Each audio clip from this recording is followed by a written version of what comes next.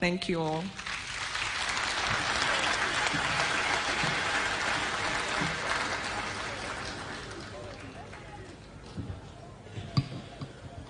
Excellency President, Excellency First Lady, Excellency Deputy President, I have been caught unawares the last 3 days. I've been to say something, but yesterday I talked about the military and family man.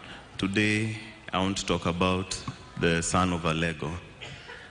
You know, Your Excellency, even up to yesterday, people were still speculating, oh, President appointed him because of this, oh, President I want to clear the air with the conversations I had with my father about his time with the President. He didn't really divulge any national security issues, but generally I feel it's important to first of all clear the air. The President didn't have to appoint him first of all, and initially he saw his competencies and decided that this is the man for the job. But very quickly they started becoming friends and they formed a serious chemistry, which he would tell me, I have had a very good meeting with the boss. You're not telling me what it is. And it's not the President alone. The Deputy President as well really enjoyed his company. They formed a serious working security relationship of securing the country. And his cabinet secretary. These people became like brothers. I've seen, someone on Twitter saying, it was these rules, the President was in a corner.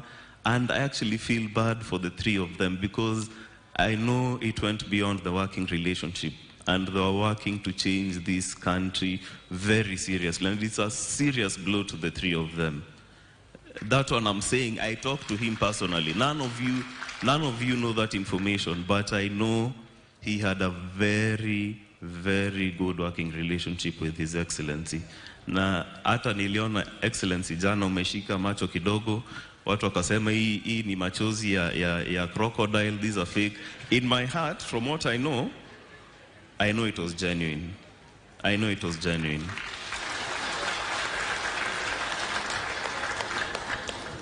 Now, when it comes to this area, the President mentioned, actually Deputy President mentioned yesterday, they came for a working tour and decided to come to our home for lunch, and we relaxed for the whole evening. He spent 4 or 5 hours with us, and there were many discussions.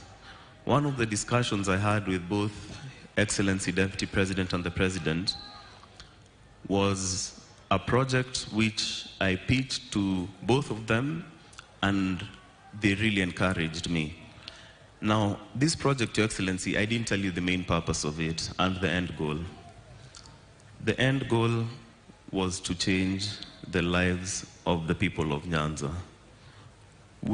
I had an elaborate plan that in the next 2-3 years, all these primary schools you're seeing here to be fully rehabilitated. We had plans to build many more churches. We had plans for everyone to have clean water. You don't have to be a politician to make a difference to your country. You don't.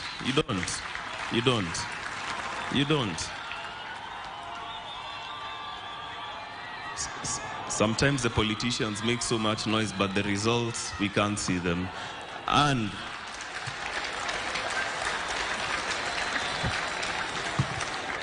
kelele ni mingi, lakini kazi saa zingine ni kidogo. And that one I'm not afraid of saying.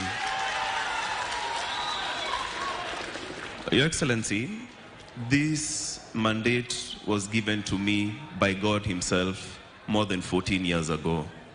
I took my dad and I made him take me to all the graves of all the great Luo leaders around. We went to Jaramogi's home, we went to Acheng Oneko's home, we went to Robert Ouko's home. I was privileged to meet the wife.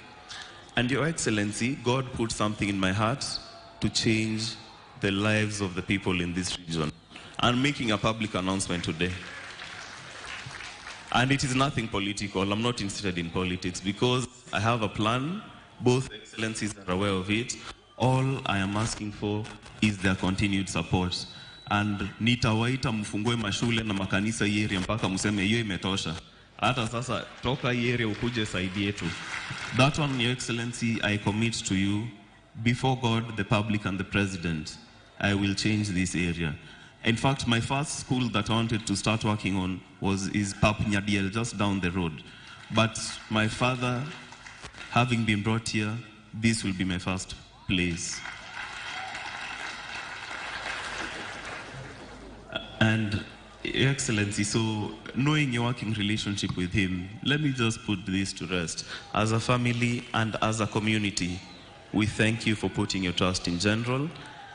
You are not lucky to come by road. You came, I think, by helicopter. But on the road, people from all the counties on the way here, Kisumu, all the markets along the road, they're bidding farewell to the General. They didn't even know him, some of them, but they've lost a son of the land.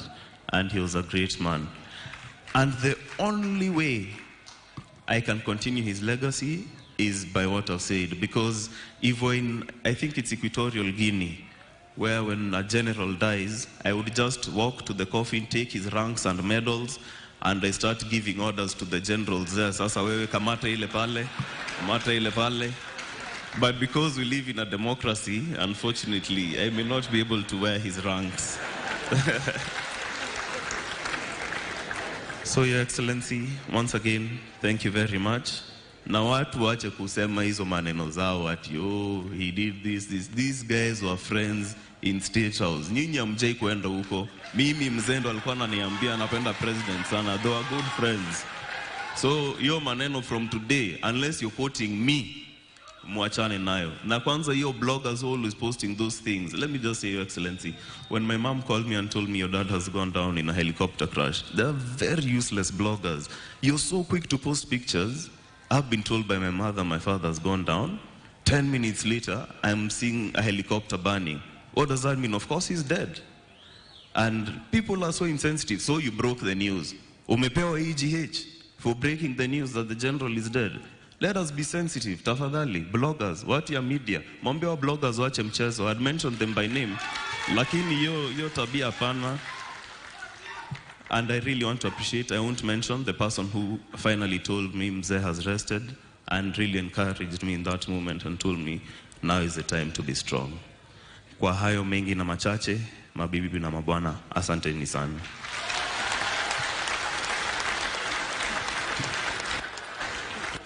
That was the Siaya tribute. Yesterday was a military one.